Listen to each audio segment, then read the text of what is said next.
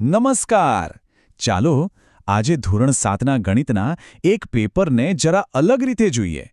આ કોઈ મામૂલી પરીક્ષા નથી હો, પણ આપણી આજુબાજુની દુનિયાને સમજવાની એકદમ મસ્ત ચાવી છે. સૌથી પહેલા તો એક સવાલ, ગણિતની પરીક્ષા એટલે શું? શું એનો મતલબ ખાલી દાખલાઓની લાંબી લિસ્ટ છે? કે પછી એક એવો નકશો છે જે આપણને રોજના જીવનમાં કામ આવે એવા જોરદાર ટૂલ્સ એટલે કે સાધનો શીખવાનો રસ્તો બતાવે છે? મને તો બીજો વિકલ્પ વધુ સાચો લાગે છે. તો આ રહી આપણી ગાણિતિક સફર. આપણે જોઈશું વાસ્તવિક દુનિયામાં ગણિત, પછી બીજગણિતના કોયડા, ઘાત અને ઘાતાંક, આપણી દુનિયાને આકાર આપતી ભૂમિતિ અને છેલ્લે સમમિતિનું સૌંદર્ય. ચાલો ડૂબકી લગાવીએ. તો આપણો પહેલો સ્ટોપ એવી જગ્યા છે જ્યાં આપણે રોજ ફરીએ છીએ, મતલબ કે સંખ્યાઓની દુનિયા. ખરીદી, બચત, આપણી આસપાસ શું બદલાઈ રહ્યું છે, આ બધું સમજવા માટે આપણે આનો જ ઉપયોગ કરીએ છીએ. જો આ પેપરમાંથી એક સરસ ઉદાહરણ લઈએ. એક ગામની વસ્તી 25,000 હતી. એ ઘટીને 24,500 થઈ ગઈ.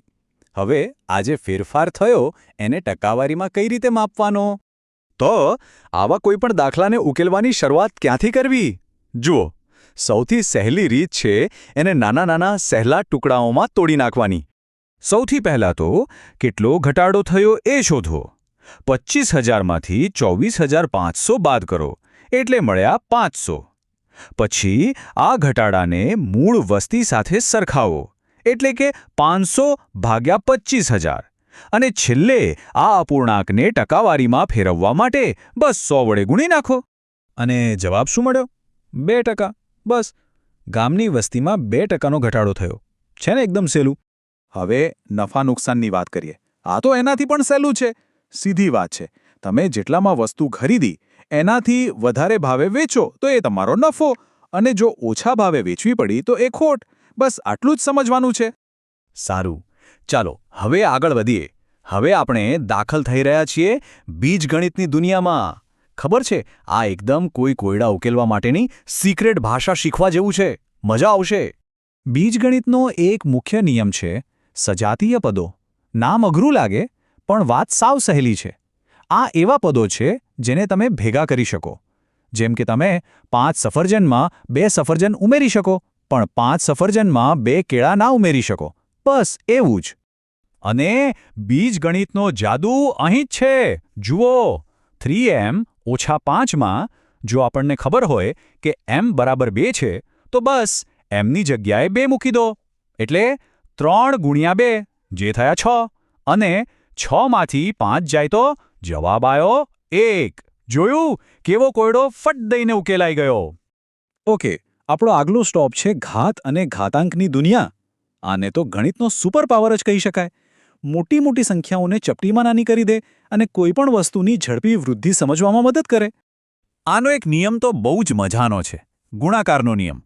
જુઓ, જો આધાર સરખો હોય, જેમ કે અહીં બધે 3 છે, તો ગુણાકાર કરતી વખતે બસ ઉપરની ઘાતનો સરવાળો કરી દેવાનો. 2 + 4 + 8 એટલે કે 14. આ તો જોરદાર શોર્ટકટ છે, જરૂર ને? અને હવે એક મજેદાર નિયમ, શૂન્યની શક્તિ. તમને જાણીને નવાઈ લાગશે, પણ કોઈ પણ સંખ્યા હોય, ભલે ગમે તેટલી મોટી કે નાની, જો એની ઘાત 0 હોય તો જવાબ હંમેશા 1 જ આવે. હંમેશા. ચાલો હવે આકારોની દુનિયામાં જઈએ, એટલે કે ભૂમિતિ. ગણિત આપણી આસપાસની જગ્યાને કેવી રીતે માપે છે એ સમજીએ. પછી એ બગીચો હોય કે પછી કોઈ મોટી બિલ્ડિંગ. આ સ્ક્રીન પર જે દેખાય છે ને, એ એક ટૂલકિટ જેવું છે. સમાંતર બાજુ ચતુષ્કોણ, ત્રિકોણ અને વર્તુળ, આ 3ના ક્ષેત્રફળ શોધવાના સૂત્રો. આટલું આવડી જાય એટલે ઘણા બધા આકારોનું ક્ષેત્રફળ શોધવું રમતવાત બની જાય. અને આ સૂત્રોની અસલી તાકાત શું છે ખબર છે? એ છે કે જો તમારી પાસે સમીકરણના 2 ટુકડા હોય, જેમ કે ત્રિકોણનો પાયો અને એનું ક્ષેત્રફળ, તો તમે ત્રીજો ખૂટતો ટુકડો એટલે કે એની ઊંચાઈ આરામથી શોધી શકો છો. આ તો જાણે ડિટેક્ટિવનું કામ કરવા જેવું છે.